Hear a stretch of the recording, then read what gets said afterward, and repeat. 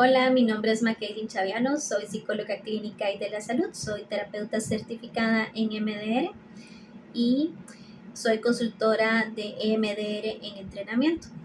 Este video quería hacerlo porque desde hace meses las personas me están preguntando como qué es EMDR, qué hace, qué podemos esperar y sobre todo cuántas sesiones de tratamiento es a las que tengo que ir, ¿verdad?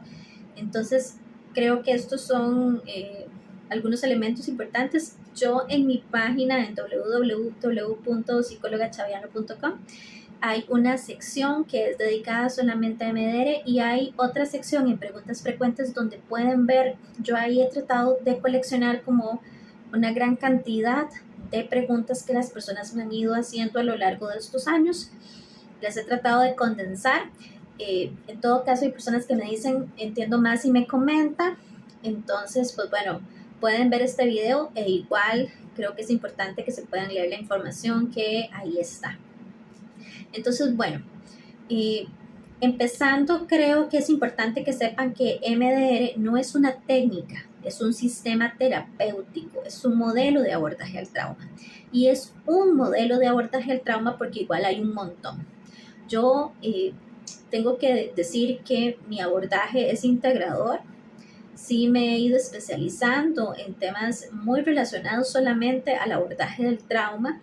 Entonces, no necesariamente la aproximación o la visión que yo tenga con respecto a esto que les voy a comentar es la que van a encontrar en todos los terapeutas. Eso ya tiene que ver como con un estilo personal y además pues como con la formación profesional que hayan ido teniendo y que se hayan ido haciendo también, ¿verdad? Porque hay unas cuestiones como que también son de elección de qué es lo que uno quiere trabajar o no.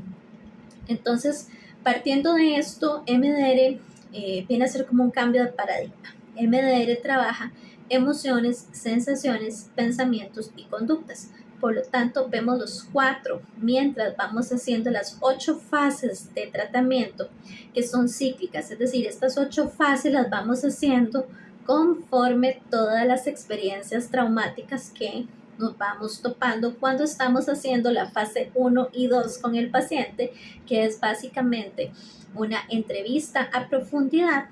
Hay entrevistas específicas relacionadas al apego, al sistema de apego, al sistema de autorregulación emocional o a la ausencia de que en realidad nuestra ausencia puede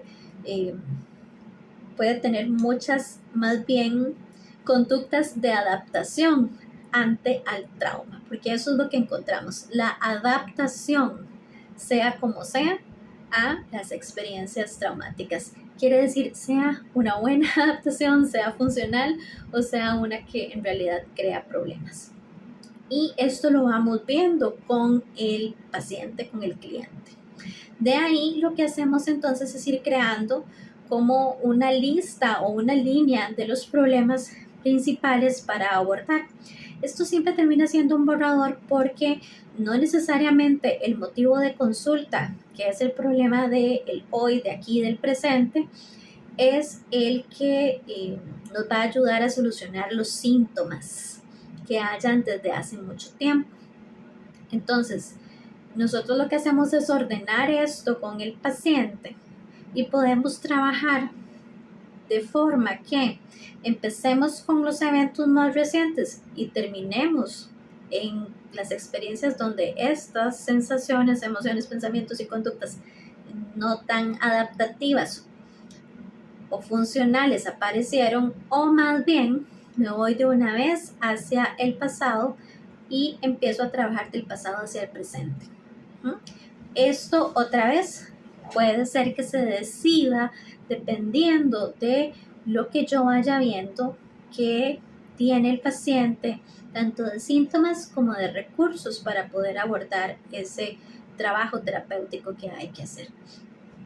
En esta fase 1 lo que hacemos es muchísimo conocer a la persona, conocer la historia del problema y, muy importante, desarrollar una relación de seguridad y confianza en el paciente, porque esto tiene pues un poco de sentido común. O sea, ustedes no van a donde un doctor y en 15 minutos le cuentan la historia de todos los problemas relacionados a la salud que han tenido, ya sea del estómago, del corazón, de la vista, ¿verdad? O sea, se requieren a veces de varias citas para poder entender totalmente el problema. Y además, si en esta evaluación tenemos que aplicar pruebas psicológicas, tenemos que probar, hacer escalas y tener que analizar esos datos con el paciente, pues en realidad también eso toma su tiempo. No es como que nosotros podamos asegurarles que en 1 o 2 sesiones ya vamos a tener el plan de tratamiento listo. Habrán casos en los que las experiencias adversas sean muy pocas, por ejemplo, como pasa mucho en la población infantil, ¿verdad? Que si se traen a tiempo, pues de repente lo que tienen es 1 o 2 experiencias traumáticas y a veces los niños ni siquiera necesitan reprocesar, lo que necesitan son recursos para poder tener mayor funcionalidad con respecto a ese problema y poder regularse, poder corregularse también. Entonces, esto depende muchísimo del paciente, de la historia del paciente, del contexto y de lo que nosotros queramos hacer. Si empezamos a trabajar de adelante para atrás o de atrás para adelante. Pero esto lo vamos construyendo con el paciente. Entonces, en la fase 2, básicamente lo que hacemos es evaluar mucho también la parte de los recursos, se le llama recursos positivos que la persona tiene. A mí me gusta hablar en general de recursos porque es importante el poder visibilizar todas las formas en que las personas fueron solucionando el vivir con el recuerdo o con la sensación o con el pensamiento sobre su problema o su experiencia traumática. Sobre todo cuando hablamos de trauma relacional o de trauma del desarrollo, que lastimosamente es lo que más hay, porque yo quisiera decirles, hay muchísima gente consulta porque tuvieron un asalto o porque tuvieron miedo a volar o porque tienen una fobia, y sin minimizarlo, porque claramente no, todas las experiencias traumáticas para la persona que lo vive realmente son de terror, pero no es lo mismo en términos de tiempo cuánto voy a estar en un proceso terapéutico para desensibilizar y reprocesar un asalto cuando nunca te habían asaltado en la vida y además fue un asalto que no fue violento, a versus vivo en una comunidad donde todo el tiempo asaltan, esta es la vez 20 que me asaltan, y a la par de eso tengo pues otro montón de experiencias violentas. Entonces todo esto es lo que se va viendo en la entrevista. El tipo de trauma que es, si fue un trauma continuado en el tiempo, si fue un trauma de evento único, si la persona viene por experiencias de muy en el pasado que le siguen generando malestar, o si viene por una experiencia en el presente que le está provocando síntomas muy intensos, pero que está relacionado también con cosas que sucedieron en el pasado, que son parecidas, que son similares, o que sencillamente están activando el sistema nervioso del paciente para que eso haga que se sienta intensamente mal. Entonces ahí evaluamos pues de todo un poco, ¿no? Evaluamos psicopatología, evaluamos recursos, evaluamos también el contexto. Realmente es una conceptualización del caso lo que hacemos con el paciente, y ahí entonces montamos un plan de tratamiento de cuáles son los eventos traumáticos que vamos a trabajar. Esto es un borrador porque puede luego cambiar. Hay personas que tienen síntomas de amnesia, tienen lagunas importantes en el tiempo o del todo no recuerdan, por ejemplo, muchos eventos de su niñez, lo cual para nosotros también ya es un síntoma que es muy importante y que tenemos que seguir evaluando, ¿verdad?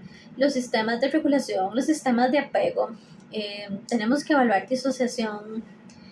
Son muchas cosas las que hacemos en fase 1 y fase 2 para que ustedes tengan como algún ejemplo. Hay algo que se llama fase 2 extendida y suele pasar con personas que han tenido pues, trauma relacional, trauma del desarrollo, porque creo que tal vez el punto más importante del proceso terapéutico con ellos no es desensibilizar, sino más bien todas las cosas que no pasaron, que tenían que pasar en ese contexto relacional y que hace que la persona tenga muchos problemas con respecto a su autorregulación emocional. Ese es el punto más importante de la terapia en estos casos. Puede ser que nos pasemos 1 año, 2 años, 5 años tratando de trabajar en seguridad, en afecto y en autorregulación. Entonces, pues bueno, ¿cómo podría yo decirles cuántas sesiones necesita? Apenas estamos empezando a adentrarnos en cómo la persona siente en su mundo interno que estas experiencias le afectaron. Y empezamos no solo a ver las cosas malas que sucedieron, sino las cosas buenas que tenían que pasar y no sucedieron. Y hacernos cargo como adultos de esas cosas en el presente, autocuidarnos. La parte del cuidado siempre queda como muy solayada, entonces es también uno de los puntos más importantes para hacer en estas fases. Y si no es necesario hacer tanto trabajo de recursos, entonces podemos pasar de una vez a la fase 3, si no nos vamos a quedar en esta fase 2 por mucho tiempo, el tiempo que la persona necesite para sentir que va de manera segura conmigo, con el terapeuta, a reprocesar esta información que está atascada en el cuerpo, no solamente en la mente, de una manera que se sienta que va a poder con eso y que si no puede, para eso está el terapeuta acompañándolo. Es esa seguridad de voy a entrar aquí, no sé qué va a suceder, pero sé que puedo con eso. Entonces, pues la parte 3 es a donde hacemos la técnica como tal, que es el movimiento ocular o los movimientos bilaterales, que ya no solamente se usa pues el ocular fue pues el primero que se desarrolló, luego pues ya se han ido teniendo evidencia de que otros en conjunto también funcionan, ¿verdad? Y de repente vamos a hacer solamente un movimiento ocular o vamos a hacer movimiento ocular más estimulación táctil, más estimulación auditiva. El movimiento bilateral lo que nos va a ayudar es a cargar la memoria de trabajo. Esta es una de las hipótesis que se manejan con respecto al por qué MDR funciona. Y es básicamente, en otras palabras, es que si yo pongo el cerebro a hacer muchas cosas al mismo tiempo, mientras recuerdo el evento traumático, eso hace como que se desbloquee y la memoria, sea en imágenes o sea sensorial, pierde su intensidad y la persona va sintiendo como ya eso no le afecta tanto. Una de las cosas importantes en esta fase es que nosotros como terapeutas no interpretamos. MDR no hace interpretaciones. ¿Por qué? Porque el que hace esa interpretación es el paciente. Nosotros nos quitamos del camino para que el sistema natural de información y de reprocesamiento de la persona pueda ir llevando a la persona a donde tenga que ir, al recuerdo, a la sensación, al momento, donde sea que tenga que ir, y nosotros estamos simplemente acompañando. Simplemente, afectivamente, técnicamente estamos ahí para la persona. La persona ya no está reviviendo la situación sola, sino que ahora hay alguien que pueda hacer que sea más fácil para la persona cambiar de estado al recordar el evento. Y creo que lo que mejor hace un terapeuta en esta fase es nada más estar a un lado y que la persona pueda continuar solita, reprocesando lo que tenga que reprocesar, y nosotros no estar interrumpiendo. Hay otros casos en los que las cosas pueden variar, que se pueden hacer un poquito más retadoras y que en eso sí tenemos que ser como muy activos, pero en esta fase realmente nosotros como que no hablamos mucho, ¿verdad? Todo lo está haciendo el cerebro y el cuerpo del paciente. Nosotros estamos ahí, como les decía antes, acompañando ese reprocesamiento. Por si algo sucediera, que nosotros podamos poner ese río que fluye, ¿verdad? Si se le mete una roca y hace presa, nosotros lo que hacemos es quitar esa presa para que el río pueda seguir fluyendo. Y ese realmente es como el trabajo más importante que hacemos, el no interpretar. Nosotros preguntamos, nosotros reflejamos, pero no estamos ahí diciéndole al paciente qué es lo que tiene que hacer. El cerebro sabe qué es lo que tiene que hacer, aunque la persona de manera consciente no lo sepa en el momento en que lo está haciendo o antes de empezar. Si todo funciona y este reprocesamiento y desensibilización fluyen de manera pues sin tantas abracciones o sin tantos recuerdos alimentadores, pues pasamos a la fase 5, que es cuando ya se logró desensibilizar totalmente la imagen, el sonido, el recuerdo, y la sensación, ¿verdad? Pueden ser cosas que huelan o cosas que sepan a algo. Cuando ya esto se ha llegado a desensibilizar totalmente, pasamos a una fase 5 en donde lo que hacemos es que utilizamos más bien algunas cogniciones más positivas con respecto a lo que al paciente le gustaría en el futuro poder hacer o poder sentir o poder verse haciendo, y lo que hacemos es reforzar ese pensamiento o esas palabras, esas cogniciones como más adaptativas, funcionales para el paciente. Y luego lo que vamos a hacer es una fase donde vemos en conjunto con el paciente si hay algún recuerdo somatosensorial todavía asociado. Si no hay ninguno, se procede a cerrar la sesión. Se hacen algunos recursos positivos al final. Siempre es como la mejor práctica.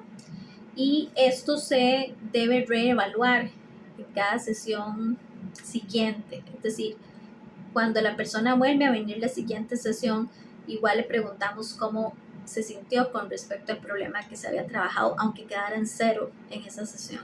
Y así nos aseguramos de que más adelante, y esto tampoco es garantía, pero por lo menos en ese momento nos aseguramos de que no haya ningún otro recuerdo asociado que no se haya terminado de desensibilizar y reprocesar con respecto al problema que estamos abordando.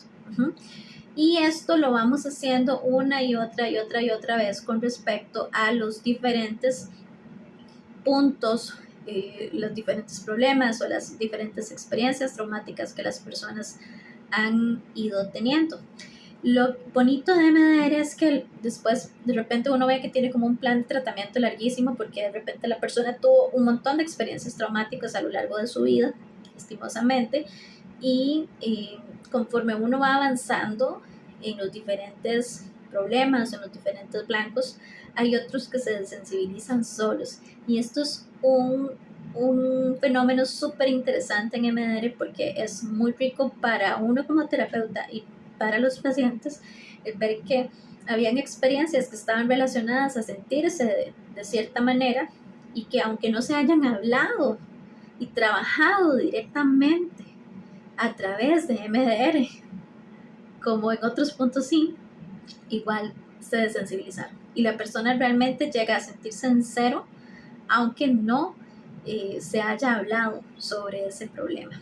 Y esto es porque básicamente trabajamos con redes neuronales. Entonces las redes neuronales están asociadas a experiencias que estén parecidas, que sean similares a donde se haya sentido de la persona de determinada manera. Y lo que hace el cerebro es precisamente ir reprocesando esas experiencias aunque sea de maneras no conscientes, lo que hace que también sea un trabajo muy rápido en términos de que si tengo, por decir algo, 10 puntos o 20 puntos, pues de repente ya luego voy a tener que trabajar solo 10 o solo 5 puntos de manera directa. Y eso hace una gran diferencia en la sensación que tienen los pacientes con respecto a sus vidas cotidianas y a sus problemas cotidianos. Entonces, bueno, espero que esto les haya servido como para darles una pincelada de qué es lo que hacemos en la conceptualización del abordaje de las experiencias traumáticas con MDR. Igual hay como un montón de cosas que probablemente me faltaron, que tal vez son muy técnicas, pero que les puedan ayudar a ustedes a entender por qué desde el principio no podemos decirles vamos a hacer 5 sesiones, vamos a hacer 10 sesiones sin antes saber del cliente o del paciente y saber también como cuáles son las experiencias adversas que han vivido, porque no sería ético y porque además estaríamos mintiendo con respecto a cuántas sesiones pueden ser. Sí creo que es importante que sepan que hay algunas formas de abordaje al trauma reciente que sí son muy diferentes de MDR como tal, ¿verdad? Utilizan todo el conocimiento que se ha ido desarrollando de MDR de otras formas y también son súper ricas porque en esas sí podemos hablar de que en una sesión tal vez la persona no se logre desensibilizar totalmente, pero sí va a salir de la sesión más funcional. Y creo que en situaciones de desastre, por ejemplo, y desastre, pues entiéndanse ustedes, pues un divorcio es un desastre, una muerte es un desastre, un accidente puede ser un desastre, cualquier cosa puede ser un desastre, ¿cierto? Entonces, en esos casos sí lo que hacemos es trabajar el evento traumático más reciente y luego cuando la persona tenga más estabilidad, pues entonces empezamos a ver qué hay aquí atrás, ¿verdad? Hay muchas personas que no llegan tan aquí atrás y eso tiene que ver igual como con lo que cada uno quiera para su proceso terapéutico. Entonces, bueno, espero que esta información les ayude a tomar mejores decisiones y que también entiendan un poquito más qué es lo que pueden esperar conmigo al menos en la terapia. Hasta luego, nos vemos pronto.